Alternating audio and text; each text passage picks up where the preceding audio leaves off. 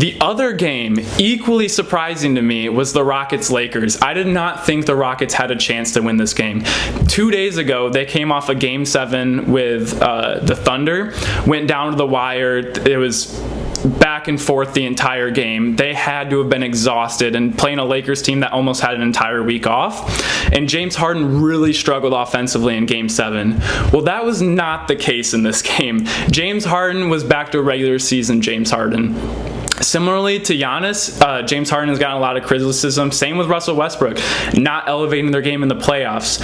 And we started to see that a little bit throughout the playoffs, but not in Game 1.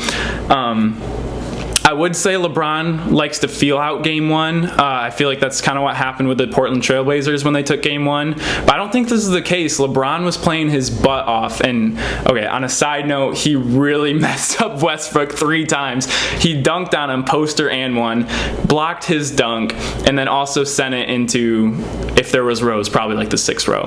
But that's aside. But also, you shouldn't be super surprised with the Rockets. It's not like the Lakers should be blowing every team out. This is the playoffs. This is the NBA playoffs. We're down to the best 8 teams. These games should be close. They should be competitive. And I expect the Lakers to come back and play super hard.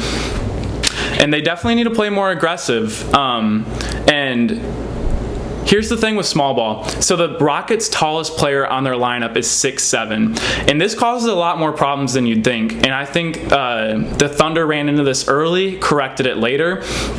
Because if your tallest person's 6'7", what do you have to do? Well, your mismatch is the center. You should feed it down low, and that's what they were doing early on in the Thunder Rockets series with Steven Adams and running the offense through him, dumping it down in the post as much as they could. That's not their offense. Like, they're throwing off their entire scheme, what they've been doing the entire year, and now Steven Adams is exhausted. He's tired. He can't play as good as defense. He's not making the shots he would on offense. He's chasing around a 6'7" person on defense. And so small ball, even though it gives you a big advantage in the paint, it really doesn't in some ways. It throws you completely off your rhythm. But that's why I thought this Lakers series would be so much different in Game 1, because that's how the Lakers play. They play big. They play with Anthony Davis, JaVale McGee, Dwight Howard, back to the basket. They don't shoot that many threes. I mean, granted, the NBA is a lot of threes now.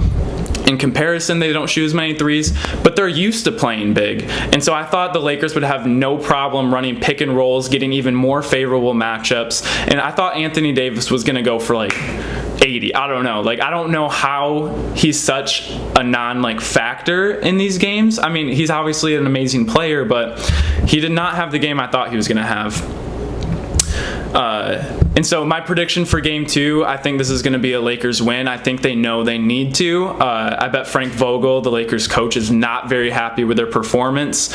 They need a new way to guard James Harden, because there was a lot of times where he got open threes just from bad communication. They were fouling him a lot, or just like letting him get easy layups. And so the Lakers are a really big, lengthy, amazing defensive team, and their defensive showing was embarrassing. So I'm really interested to see how they bounce back in Game 2. I believe it'll be a Lakers win. I think it will be close. I think Russell Westbrook will have a better game than he did. James Harden just needs to do what James Harden, if you're on the Rockets. PJ Tucker's going to sit in that corner. There's no secrets with the Rockets. You know what they're going to do. They say stop us. The Lakers are a lot more dynamic what they can do. They have a lot more X factors with players that can go for a lot of points. Some of the role players stepped up. Some of them played pretty small. LeBron played amazing in my opinion. But yeah, so Lakers Game 2, and we are going to go switch over to football right now, but I need to go grab my roommate, and I'm very excited for that, so hold on one second.